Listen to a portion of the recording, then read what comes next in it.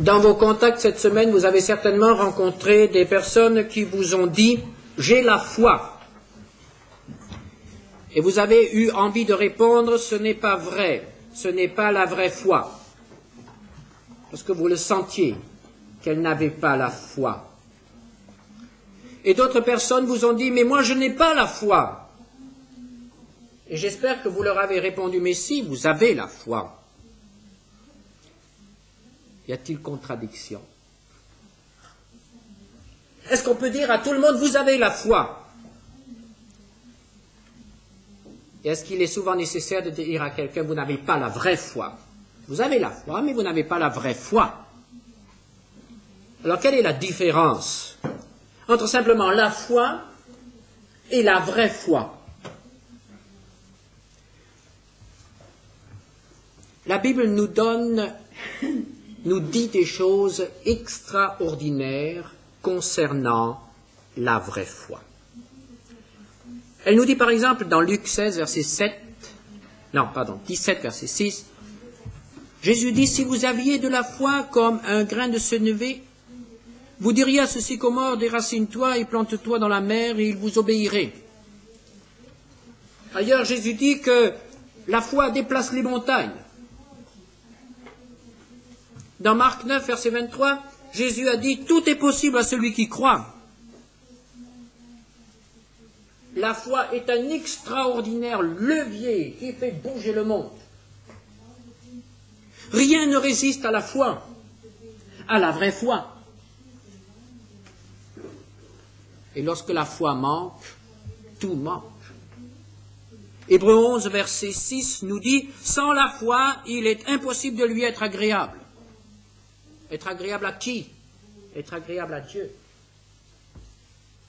Tous nos sacrifices, tous nos chants, nos participations aux cultes et aux offices ne peuvent pas remplacer la foi. Sans la foi, il est impossible d'être agréable à Dieu. Et la Bible dit que les démons même croient. Elle ne dit pas que les démons ont la foi, mais elle dit que les démons croient que Dieu existe. Jacques 2, verset 19, « Tu crois qu'il y a un seul Dieu, tu fais bien, les démons le croient aussi et ils tremblent. » Alors lorsque nous disons à quelqu'un qu'il n'a pas la vraie foi, nous nous référons à ce dernier texte. Car le fait de dire qu'il croit que Dieu existe, ce n'est pas la foi. Ce n'est pas une autre foi, une foi supérieure à celle des démons. Croire que Dieu existe, c'est tout simplement admettre ce qui ne peut être nié. Mais alors, qu'est-ce que la vraie foi? Le mot foi est souvent mal compris. Je le remplacerai par le mot confiance. La foi, c'est la confiance. La confiance en Dieu d'abord. On nous cite dans l'Épître aux Romains un homme qui avait cette confiance. Il s'agit d'Abraham. Romains 4, versets 17 à 22. Je t'ai établi père d'un grand nombre de nations. Il est notre Père, devant celui auquel il a cru. Dieu qui donne la vie aux morts et qui appelle les choses qui ne sont point comme si elles étaient. Espérant contre toute espérance. Il crut, en sorte qu'il devint père d'un grand nombre de nations, selon ce qui lui avait été dit, telle sera ta postérité. Et, sans faiblir dans la foi, il ne considéra point que son corps était déjà usé, puisqu'il avait près de 100 ans, et que Sarah n'était plus en état d'avoir des enfants, il ne douta point par incrédulité au sujet de la promesse de Dieu, mais il fut fortifié par la foi, donnant gloire à Dieu, et ayant la pleine conviction que ce qu'il promet, il peut aussi l'accomplir. C'est pourquoi cela lui fut imputé à justice. Abraham est appelé le père des croyants. Pourquoi cela? Abraham était un païen. Un jour, Dieu s'est révélé à lui. Il a compris qu'il y a quelque chose qui est au-dessus de la création, au-dessus de la lune qu'il adorait comme avait coutume de le faire son peuple en Chaldée. Le Dieu créateur de la lune, du soleil, de l'univers, lui était apparu et lui a dit « Quitte ton pays et va dans un autre pays, celui que je te montrerai. » Il ne lui a pas dit « Quel pays ?» Il lui a simplement dit « Va vers le pays que je te montrerai. » Et la Bible nous dit qu'Abraham partit. Abraham a tout simplement fait confiance à ce Dieu qui lui était apparu. Abraham a cru que ce Dieu qui lui était apparu allait le conduire dans un autre pays. Et il est parti. Il est arrivé dans le pays de Canaan. Et là, ce même Dieu lui a dit, tu auras un fils. Tu auras un fils de Sarah, ta femme. Seulement, ils étaient tous les deux très âgés. Et, étant presque centenaire, Abraham n'avait toujours pas de fils. Et voilà que Dieu lui a dit, regarde les étoiles. Tes descendants seront aussi nombreux que les étoiles dans le ciel. Regarde cette plage. Tes descendants seront aussi nombreux que le sable au bord de cette plage. Et Abraham avait 100 ans et il n'avait pas encore de fils. Qu'est-il dit dans la Bible? Abraham eut confiance. Simplement, il eut confiance en ce Dieu qui lui donnait un fils, qui l'avertissait qu'il allait avoir un fils. Il a eu confiance. Et c'est ce que dit ici l'apôtre Paul. Espérant contre toute espérance, sans faiblir dans la foi, il ne considéra point que son corps était déjà usé. Il ne douta point. Il eut simplement confiance. Qu'est-ce que la foi? La foi, c'est faire confiance. Faire confiance à Dieu. C'est faire confiance à Jésus. Écoutons le récit d'un autre homme qui a fait confiance. Il s'agit d'un officier. Il avait son fils malade. Il est venu voir Jésus pour lui parler de son fils. Jean 4, versets 46 à 53. Il y avait à Capernaum un officier du roi dont le fils était malade. Ayant appris que Jésus était venu de Judée en Galilée, il alla vers lui et le pria de descendre et de guérir son fils qui était près de mourir. Jésus lui dit, « Si vous ne voyez des miracles et des prodiges, vous ne croyez point. » L'officier du roi lui dit, « Seigneur, descends avant que mon enfant ne meure. » « Va, lui dit Jésus, ton fils vit. » Et cet homme crut à la parole que Jésus lui avait dite, et il s'en alla. Comme déjà il descendait, ses serviteurs venant à sa rencontre lui apportèrent cette nouvelle. « Ton enfant vit !» Il leur demanda à quelle heure il s'était trouvé mieux, et ils lui dirent, « Hier, à la 7e heure, la fièvre l'a quitté. » Le père reconnut que c'était à cette heure-là que Jésus lui avait dit, « Ton fils vit !» Et il crut, lui et toute sa maison.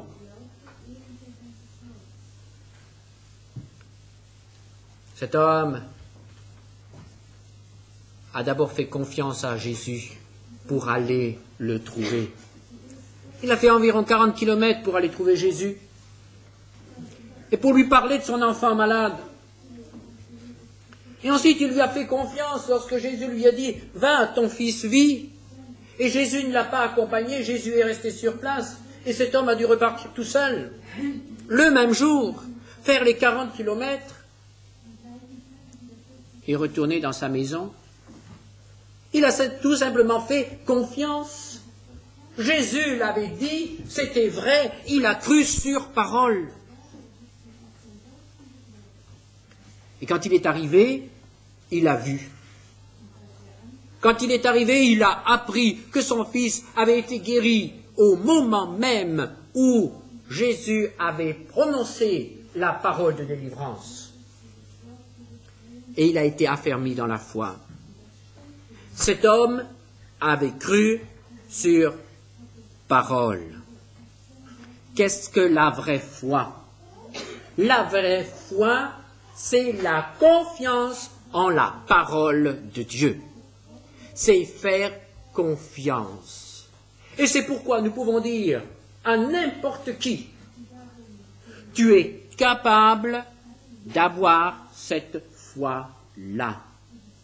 Tu es capable de faire confiance à la parole de Dieu. Chaque homme a la possibilité de faire confiance à la parole de Dieu.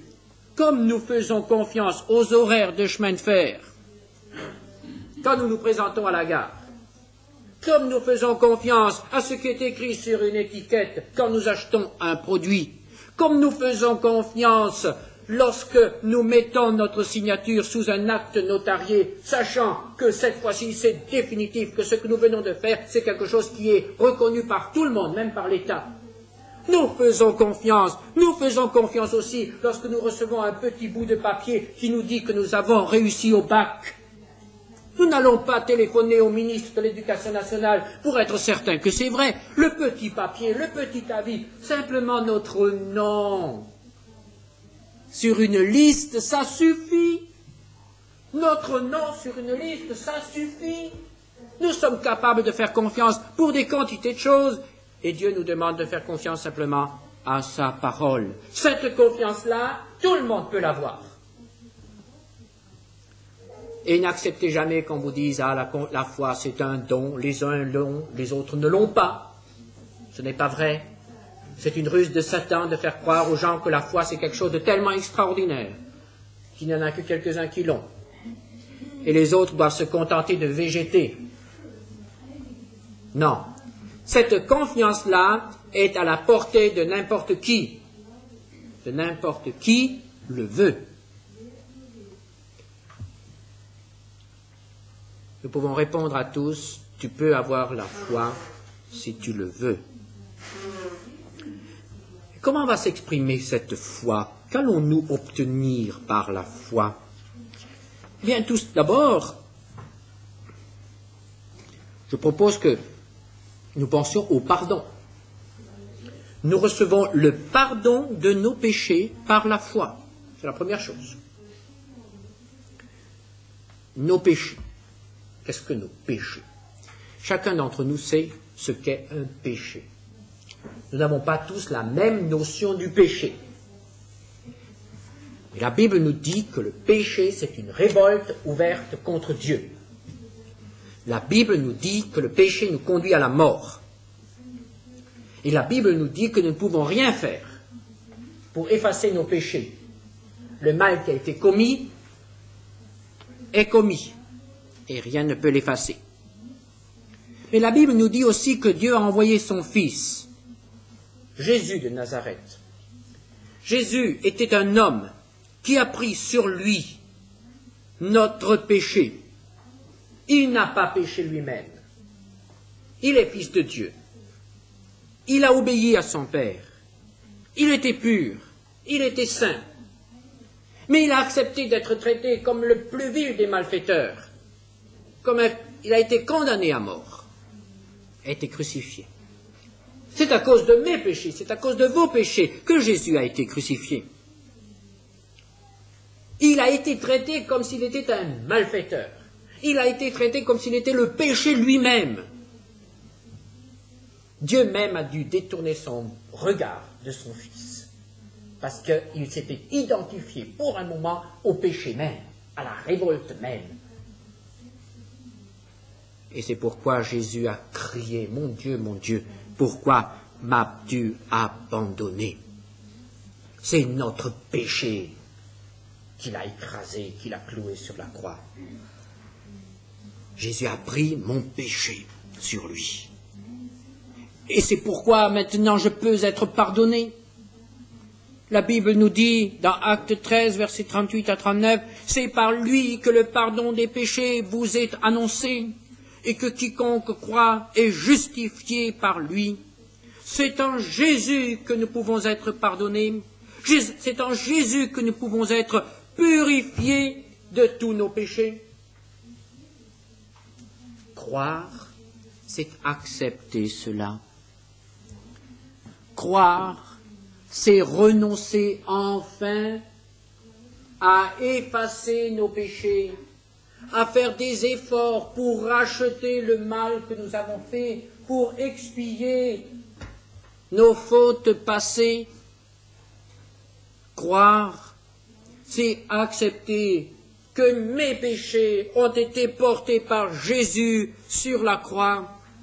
Croire, mais c'est avoir le courage de remercier Jésus en lui disant merci Seigneur parce que je sais qu'à partir de maintenant, mes péchés passés, mes révoltes,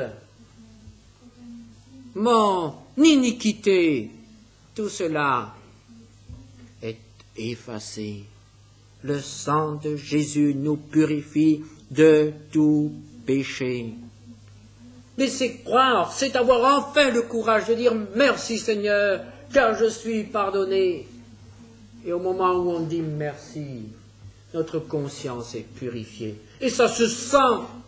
Nous l'avons tous senti cela, n'est-ce pas? Ça se sent lorsque notre dette est payée. Croire, c'est accepter cela. C'est être libéré du poids de notre passé mauvais. Jésus nous a aussi donné le salut. Comment cela?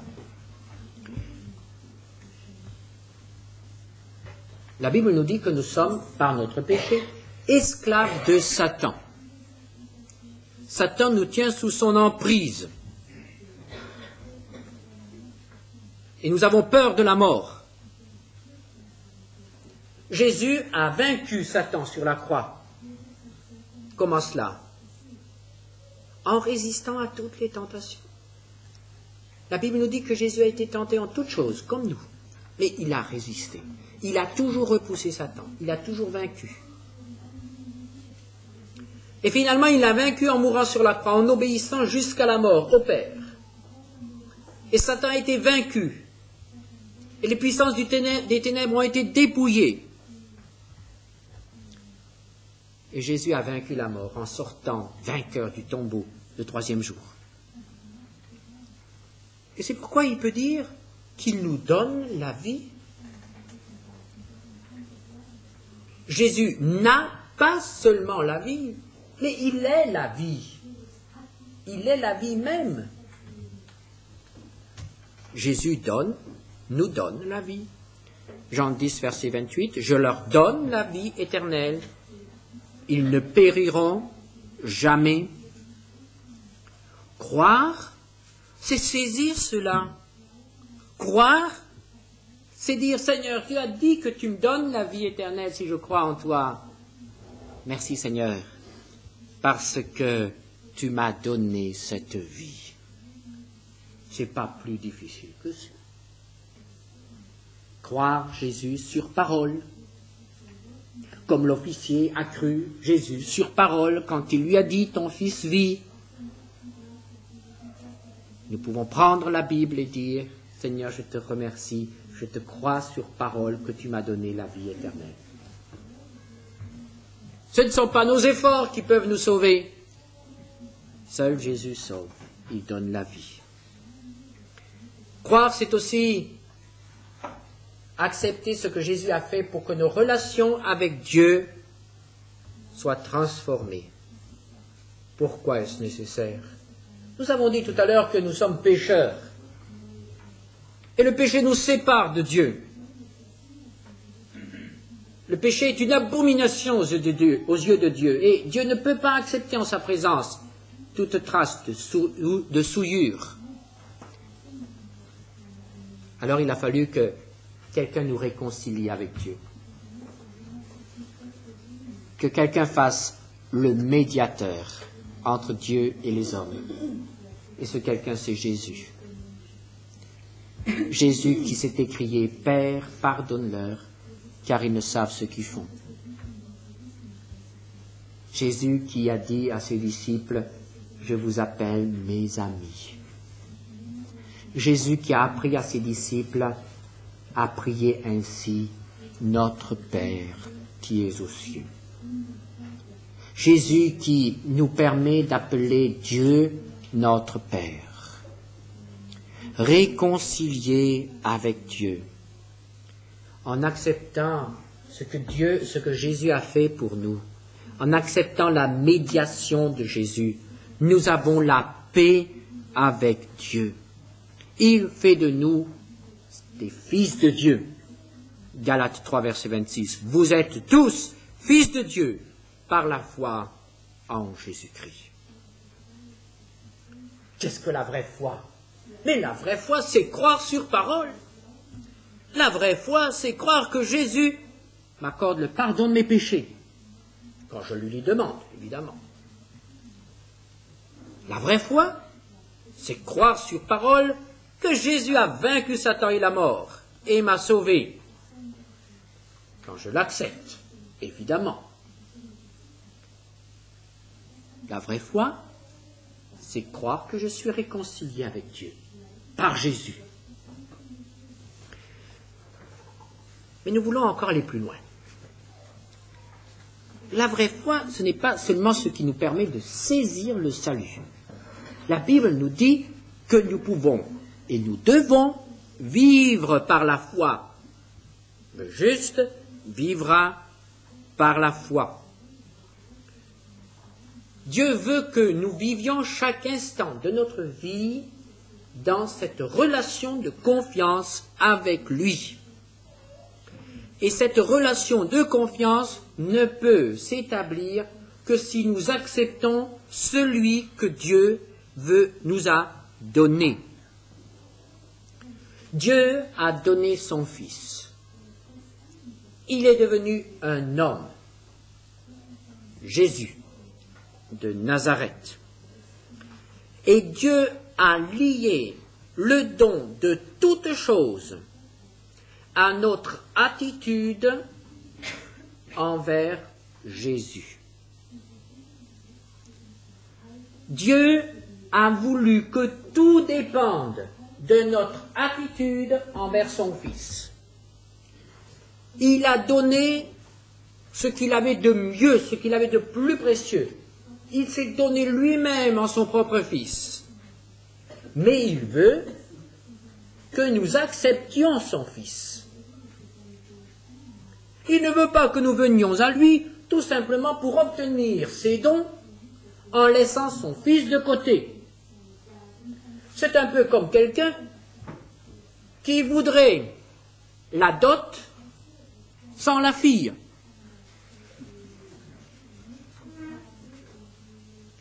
Dieu ne nous donne rien si nous n'acceptons pas son Fils.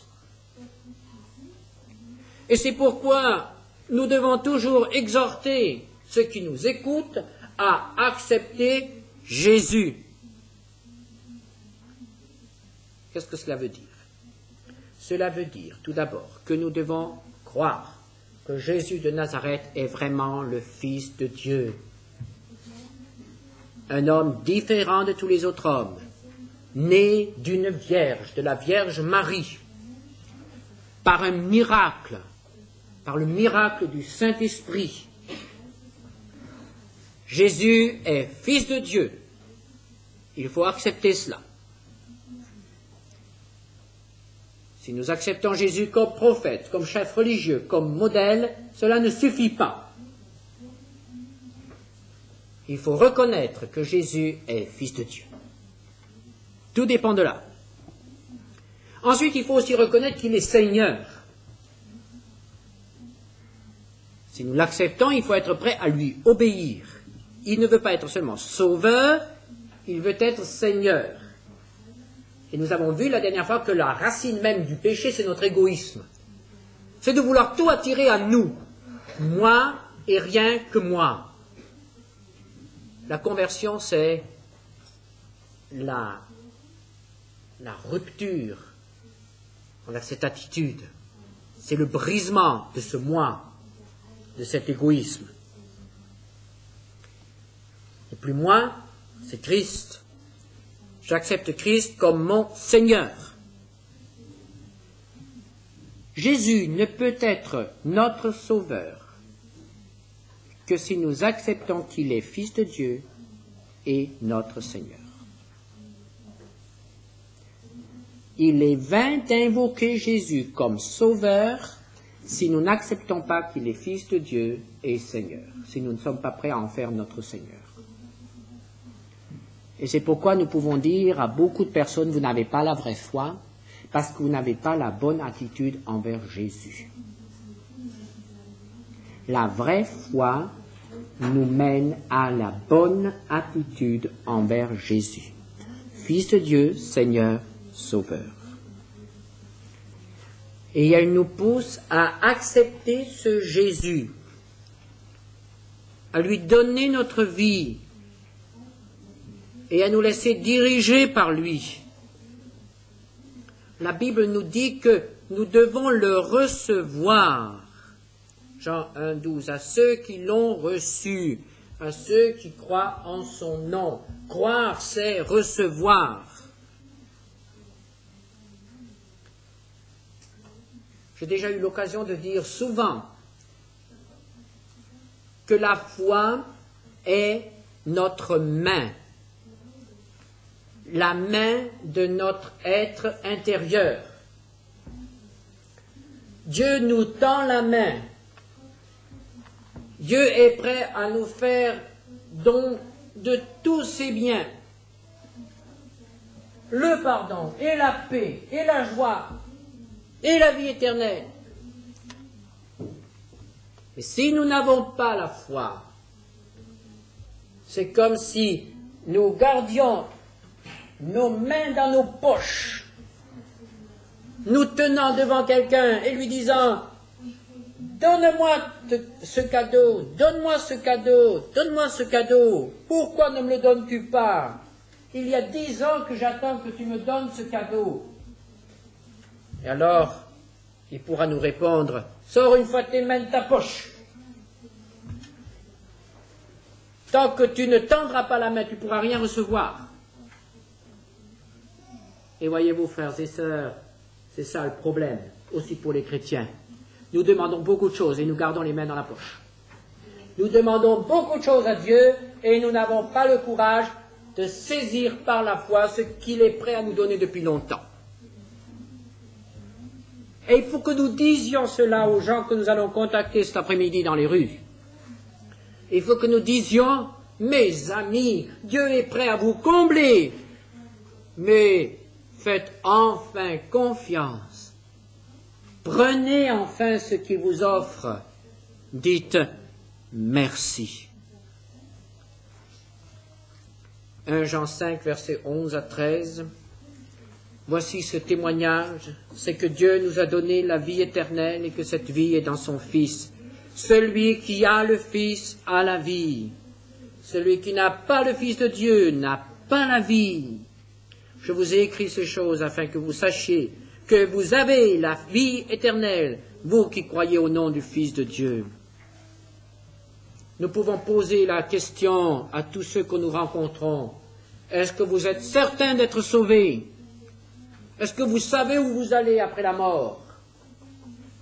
Et s'ils vous répondent, il n'est pas possible d'être certain, lisez-leur ce texte.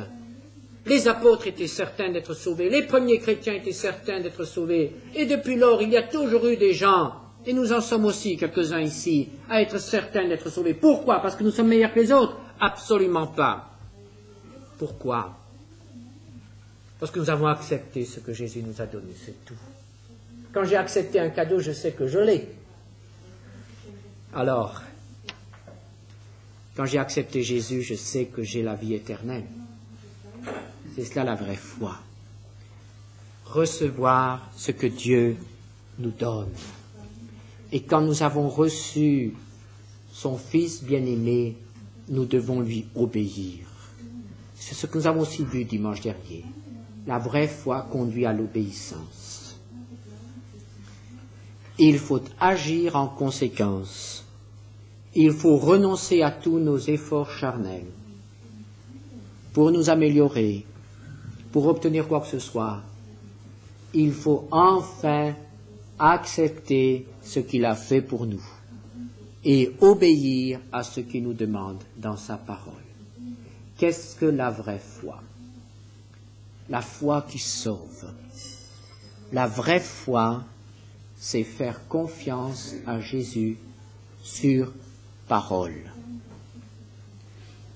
et le manifester par notre vie.